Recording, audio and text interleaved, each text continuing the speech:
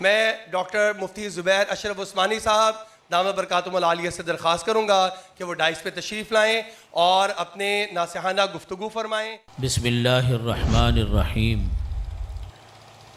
الحمد للہ رب العالمین، والصلاة والسلام علی خاتم النبیین محمد وعلی آلہ واصحابہ اجمعین۔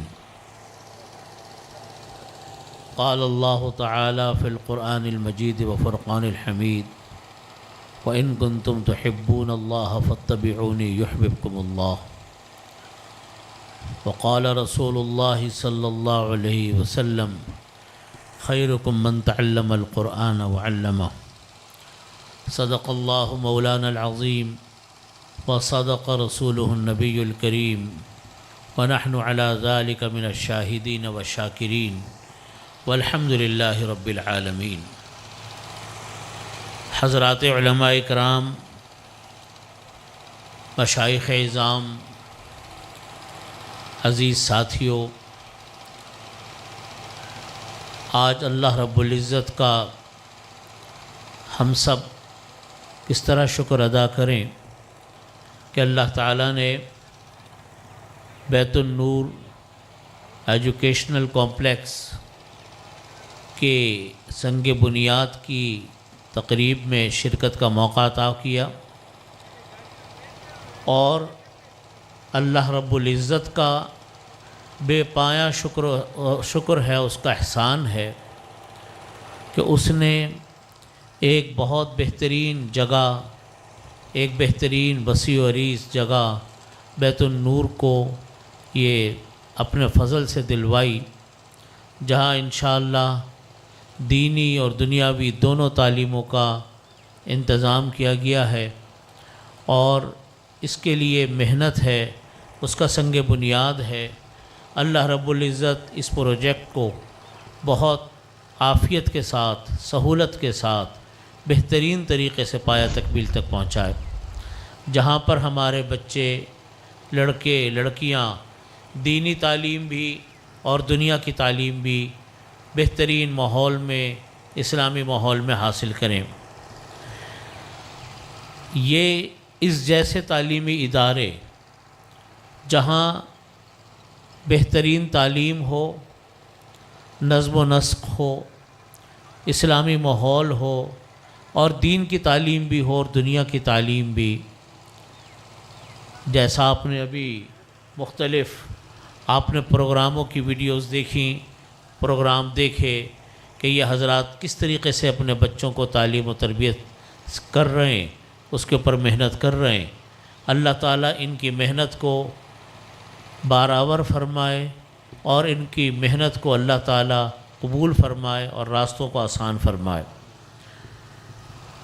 آج کل ہمارے جو اسکولوں اور کالجوں کی تعلیم ہے، یونیورسٹیوں کا جو حال ہے، وہ تمام ماں باپ کے لیے جن کے بچے وہاں تعلیم حاصل کرتے ہیں، وہ انتہائی پریشان کن ہے۔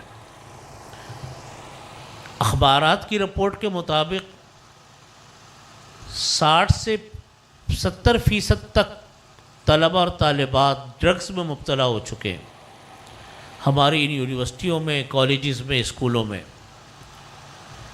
اور جو اندرونی صورتحال ہے، پچھلے دنوں بہاولپور یونیورسٹی کا آپ حضرات نے کیس پڑھا ہوگا، کیا وہاں پر اخلاقی طور پہ گراوٹ ہے، اور لوگوں کا کہنا یہ ہے کہ رپورٹیں تو بہاولپور یونیورسٹی کی آئی، لیکن حال سب کا ایک جیسا ہی ہے۔ ان حالات میں کون ماں باپ اپنے بچوں کو ان یونیورسٹیوں میں، کالجوں میں بھیجنے کے لیے تیار ہوں گے؟ اخلاقی گراوٹ کا یہ عالم ہے کہ دن کے وقت میں ہمارے بیشتر ریسٹورنٹس بھرے پڑے ہوتے ہیں لڑکے لڑکیوں سے۔ یہ کوئی میاں بیوی تو نہیں ہوتے، نہ بہن بھائی ہوتے ہیں، یہ اسکولوں کے، کالجز کے، آفیسز میں کام کرنے والے لڑکے لڑکیاں ہوتے ہیں جو گھروں میں پڑھنے کے لیے کہہ کر جاتے ہیں کہ پڑھنے جا رہے ہیں، اور آپ دیکھ لیجئے ماحول میں کیا صورتحال ہے۔ تعلیم تو ایک بنیادی حصہ ہے جو انسان کو صرف کوئی فن یا کوئی کتاب یا کوئی مضمون نہیں پڑھاتا، بلکہ اس کے ساتھ ساتھ بنیادی چیز اخلاقی تربیت ہوتی ہے، کردار ہوتا ہے۔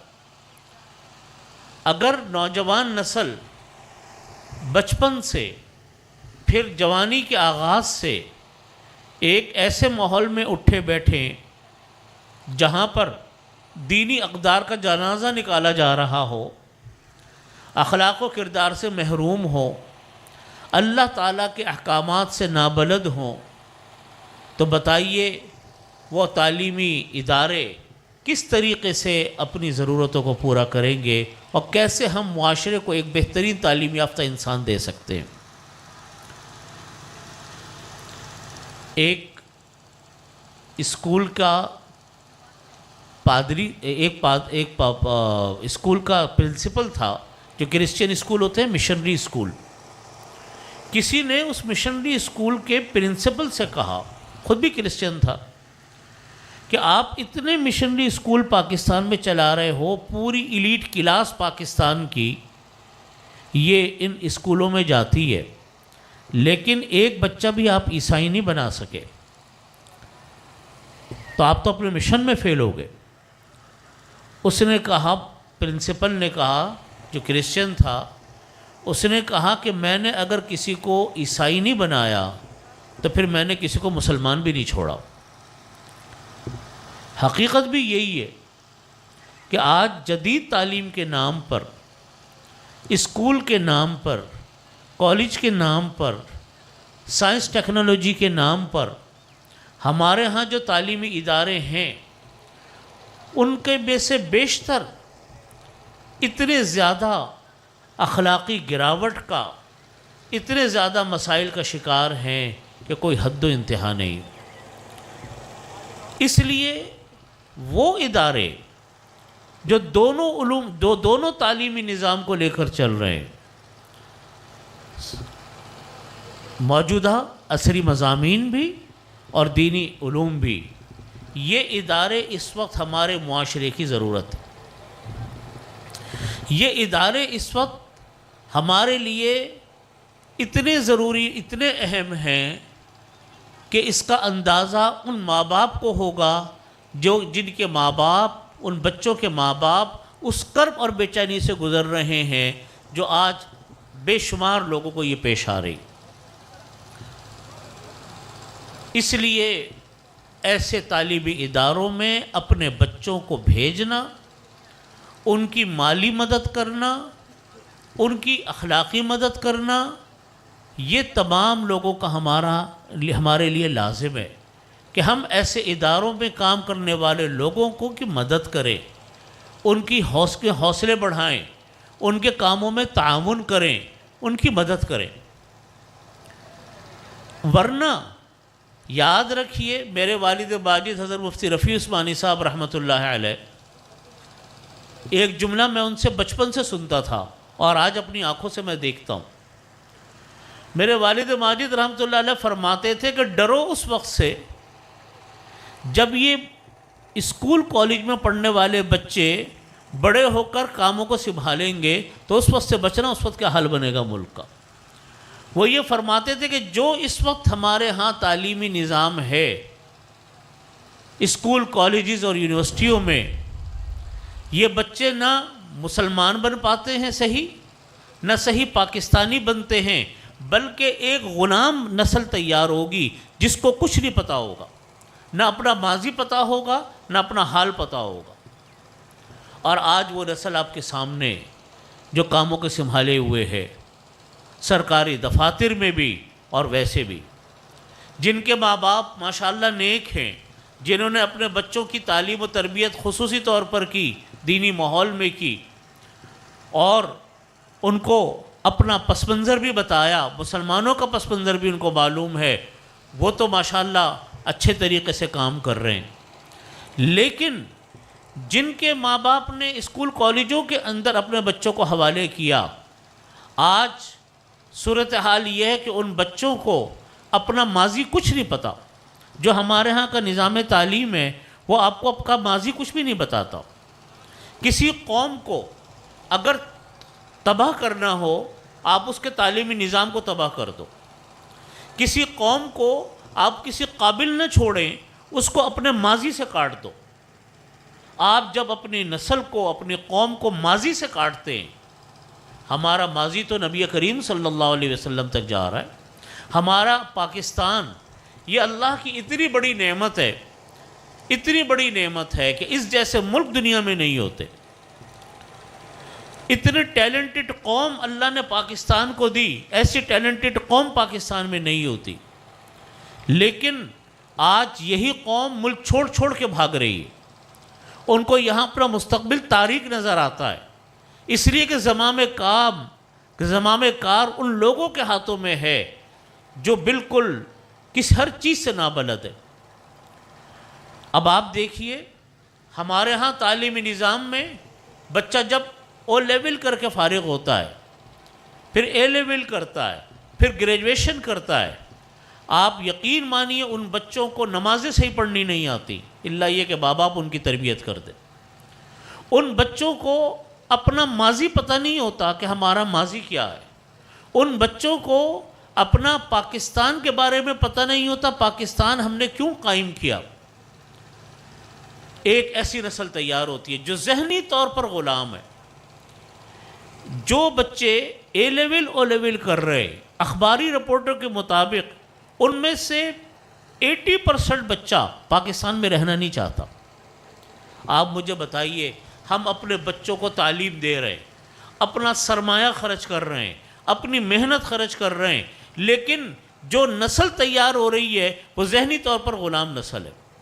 میرے ایک دوست ہیں، وہ میرے سے کہنے لگے کہ جب میں گھر جاتا ہوں تو میرے بچے صرف امریکہ اور یورپ کی باتیں کرتے ہیں کہ جی آج امریکہ میں فلانا واقعہ ہو گیا، آج انگلینڈ میں فلانا واقعہ ہو گیا، آج یورپ میں یہ ہو گیا۔ ہر وقت بچوں کے دماغوں کے اندر بس یہی ہے، ان کو اپنا ملک کچھ نظر ہی نہیں آتا، کوئی حیثیت ہی نہیں دیتے اپنے ملک کو۔ بتائیے ہم اپنے نوجوان نسلوں کو کہاں بھیج رہے ہیں؟ ہم اپنے بچوں کو کیا تیار کر رہے ہیں؟ ہم غلام؟ پڑھائیں ہم، محنت ہم کریں، اور خام مال تیار ہو رہا ہے یورپ اور امریکہ کا، اور وہ بچے اسی چکر میں لگ جائیں کہ ہمیں کس طرح باہر جانا ہے۔ اور جو بچے باہر چلے جاتے ہیں بڑے ہو پڑھنے کے لیے، ہمارے تبلیغی جماعت کے ایک بزرگ ہیں، وہ فرماتے تھے کہ جو لوگ 100 سال پہلے غیر مسلم ممالک میں گئے، یورپ امریکہ وغیرہ میں گئے، آج ان کے خاندان میں کوئی ایک انسان میں مسلمان نہیں ہے۔ تو ہمارے دوسرے بزرگ ہیں، وہ بھی تبلیغی جماعت کے ہیں، وہ فرمانے لگے کہ ہمارے حضرت نے جو بات کی تھی پرانی بات کی تھی، اب تو نئی بات یہ کہ 50 سال میں معاملہ برابر ہو جاتا۔ اور میرے اپنے کتنے جاننے والے ایسے ہیں جو لوگ جو پڑھنے گئے تھے وہیں انہوں نے شادی کر لی یا پاکستانیوں سے شادی کی، لیکن ان کی جو بچے ہوئے، اولادیں ہوئیں، وہ وہیں کی یونیورسٹیوں میں گئیں، چونکہ ماں باپ خود کوئی دیندار نہیں تھے، ان کے پاس خود کوئی دینی تعلیم نہیں تھی، تو وہ کیا بچوں کی تربیت کرتے۔ ان کے بچے جو اسکول کالجز میں گئے، اب انہوں کی شادیاں عیسائیوں میں، یہودیوں میں شادیاں ہیں، ان کی اگلی نسلیں جو اولادیں ہیں وہ اب عیسائی اور یہودی ہیں۔ یہ وہ لوگ میں بتا رہا ہوں جو میرے سامنے ملک سے باہر گئے، اور آج ان کو گئے ہوئے 25 سال سے زیادہ نہیں ہوئے، ان کے جو بچے ہیں وہ عیسائی ہیں۔ میں جب کبھی میری ملاقاتیں اس طرح کے لوگوں سے ہوتی ہیں، میں اتنا حیران ہوتا ہوں کہ دیکھیں ان لوگوں کو پتہ بھی نہیں ہے کہ ہم نقصان کر کیا رہے ہیں۔ جب انسان کی نسل ہی برباد ہو جائے، جب انسان کا سب سے قیمتی متاع جو انسان دنیا سے لے کے جاتا ہے، مال و دولت تو ہمارا آپ نہیں لے کے جا سکتے نا، جو جائیدادیں ہیں، جو ہمارے پاس پیسہ ہے، جو گاڑیاں ہیں، کاروبار ہے، وہ تو سب چھوڑ کے جائیں گے۔ ساتھ جانے والی چیز تو ہمارا ایمان ہے۔ کہ اللہ تعالی ہمیں عافیت کے ساتھ قبر ایمان کے ساتھ اتار دے۔ وقت تو ہر ایک کا آنا ہے، کوئی انسان ایسا نہیں ہے جو موت سے مستثنا ہو۔ ملائکہ کو بھی موت آ جائے گی، یہاں تک کہ حضرت اسرائیل علیہ السلام کو بھی موت آ جائے گی۔ موت سے تو کسی نے نہیں بچنا، صرف آخر میں ایک اللہ وحدہ لا شریک ہوں گے جو کہ ہوں گے، تمام ملائکہ کو بھی موت آ جائے گی۔ تو قبر میں جانے والی چیز تو ہماری کیا ہے؟ ایمان ہے۔ وہی ایمان ختم ہو گیا، وہی ایمان رخصت ہو گیا، نعوذ باللہ من ذالک۔ اللہ رب العزت ہمارے ایمان کی حفاظت فرمائے۔ ہماری اولادیں اگر خدا نہ خواستہ اس مال و دولت کے چکر میں، دنیا کی چمک دمک کے چکر میں، ڈالروں کے اور پاؤنڈ کے چکر میں اگر ہماری نسل ایمان سے ہاتھ دھو بیٹھی، ایک ایسے بدکاری اور فسق و فجور کے راستے پر چل پڑی، تو یاد رکھیے وہ اتنا بڑا خسارہ ہے، اتنا بڑا خسارہ ہے کہ کبھی نہ پورا ہونے والا خسارہ۔ قرآن کریم میں اللہ رب العزت نے فرمایا، یا ایھا الذین آمنوا قوا انفسکم واہلیکم نارا، اے ایمان والو اپنے آپ کو اور اپنے گھر والوں کو آگ سے بچاؤ۔ کیا مطلب ہے آگ سے بچانے کا؟ کہ ہم نمازیں پڑھیں اور ہمارے بچوں نے اگر نمازیں نہیں پڑھی، ہماری نمازیں ناکافی۔ ہم لوگ روزے رکھیں لیکن بچے روزے نہ رکھ رہے ہوں، ہمارا روزہ رکھنا ناکافی ہے، اس لیے کہ ہم نے اپنی اولادوں پر محنت نہیں کی۔ مرنے کے بعد انسان کی اولاد سب سے بڑا سرمایہ ہے انسان کا۔ مرنے کے بعد جن کے اعمال کا ثواب ماں باپ کو جائے گا وہ اولاد ہوگی۔ حدیث شریف میں آتا ہے کہ جب انسان دنیا سے رخصت ہوگا تو ہر چیز ختم ہو جائے گی، لیکن اور اعمال کا سلسلہ رک جائے گا، لیکن 3 کام ایسے ہوں گے کہ اس کا ثواب انسان کو مرنے کے بعد بھی قبر میں جاتا رہے گا۔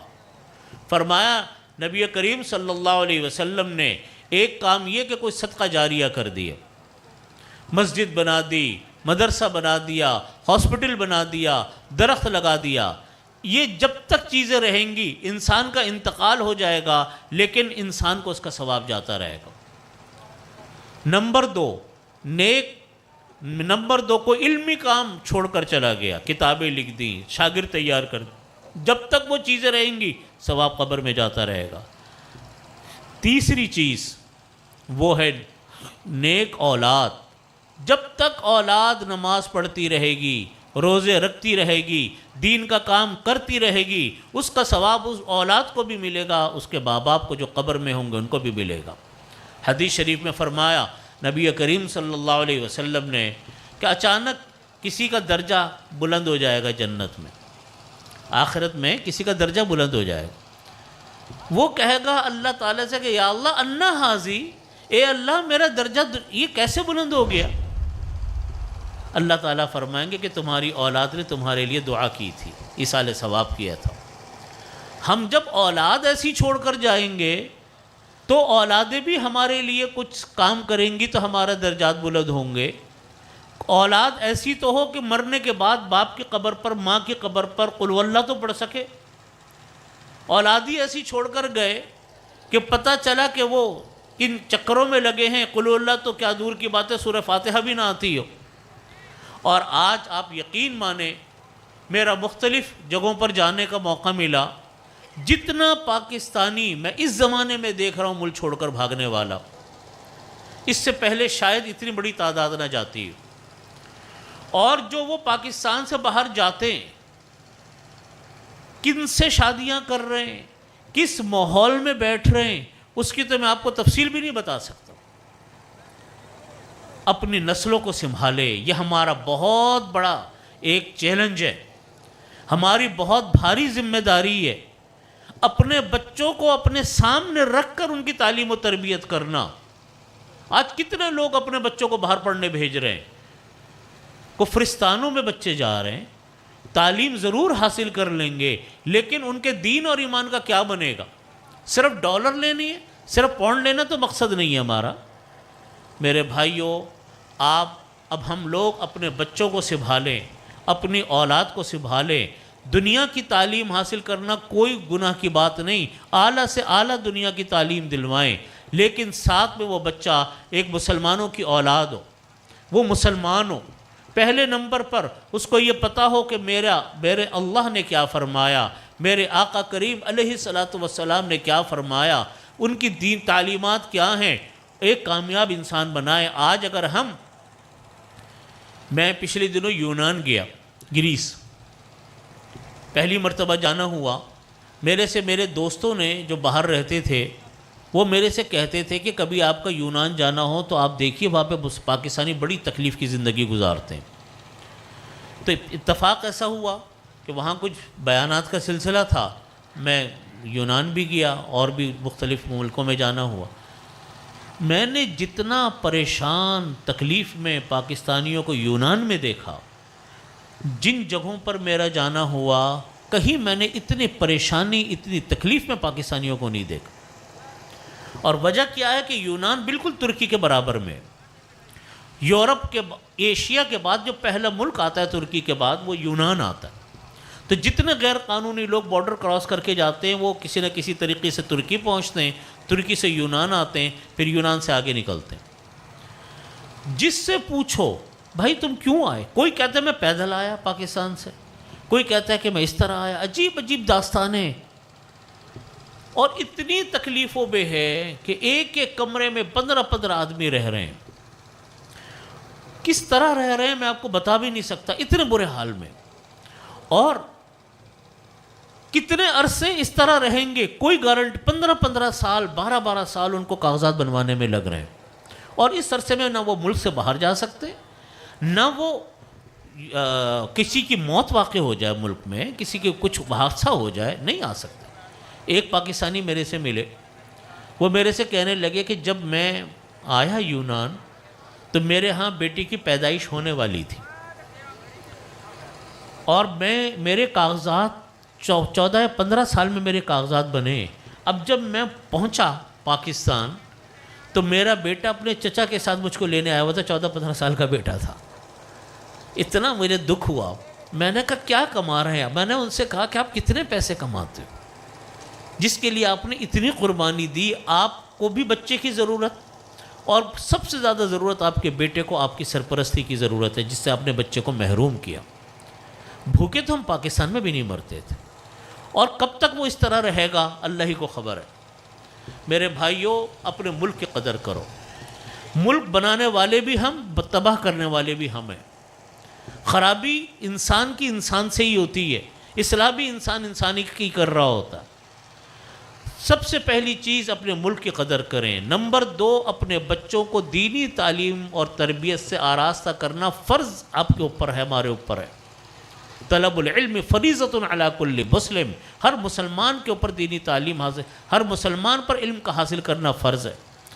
علماء کرام فرماتے ہیں کہ اتنی دینی تعلیم حاصل کرنا جو ہمارے لیے دین اور ایمان کے لیے ضروری ہے وہ حاصل کرنا فرض ہے۔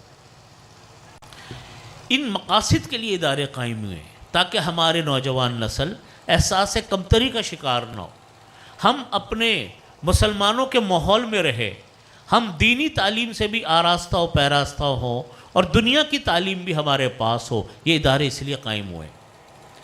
ہم اپنے بچوں کو دینی اداروں سے جوڑیں، علماء کے قریب کریں۔ لوگ بہت باتیں بناتے ہیں کہ مدرسوں میں یہ ہو رہا ہے وہ ہو رہا ہے، لیکن آپ جا کر دیکھیے مدرسوں کو کہ الحمدللہ ان کا جو تعلیمی معیار ہے وہ آپ کی اسکولوں اور کالجز کے مقابلے میں بدرجہ بہتر ہے، اخلاقی طور پہ خاص طور پہ۔ اس لیے ان اداروں کا تعاون کرنا، ان اداروں کی مدد کرنا، اپنے بچوں کو جوڑ کر رکھنا دینی اداروں سے، اور ان کی دینی تعلیم و تربیت کرنا، دنیا کی بھی اچھی تعلیم دینا، یہ تمام ماں باپ کے اوپر لازم اور ضروری ہے۔ اللہ رب العزت بیت النور ٹرسٹ کو اور مدرسے کو اور ایجوکیشنل کمپلیکس جو تعمیر ہونے جا رہا ہے اس کی مدد فرمائے، اور جو ہم سنگ بنیاد آج رکھ رہے ہیں، یا اللہ یہ سنگ بنیاد آپ کی رضا کے لیے رکھ رہے ہیں تاکہ یہاں سے دین کا نام ہو، دین کا کام ہو، دین کی تعلیم ہو، اور قدم قدم پر اللہ تعالیٰ اس ادارے کی دستگیری فرمائے اور راستے کی رکاوٹوں کو دور فرمائے۔ وآخر دعوانا الحمدللہ رب العالمین۔ میں جناب محتمم صاحب مولانا اویس عبدالستار صاحب، مولانا عثمان آفاق صاحب اور ان کی پوری ٹیم کو، پوری انتظامیہ کو مبارکباد پیش کرتا ہوں کہ ان کو اللہ تعالیٰ نے یہ جگہ دلوائی، اور اتنی اچھی میں نے پریزنٹیشنیں دیکھی ماشاءاللہ، دیکھ کر بڑا دل خوش ہوا کہ ماشاءاللہ ہر فیلڈ میں بچے بہت اچھا کام کر رہے ہیں۔ ابھی بھی بچے کی میں نے انگلش کی تقریر سنی، اب وہاں پر عربی کی، اور ابھی جہاں پر ختم بخاری کا اجتماع تھا ان کی مین برانچ میں، مین مرکز، اصل مرکز میں، وہاں عربی میں، انگلش میں، اردو میں کیا خوبصورت بچوں نے تقریریں کی، بڑے اعتماد کے ساتھ، بڑا دل خوش ہوا۔ اللہ رب العزت اس ادارے کو خوب ترقی عطا فرمائے اور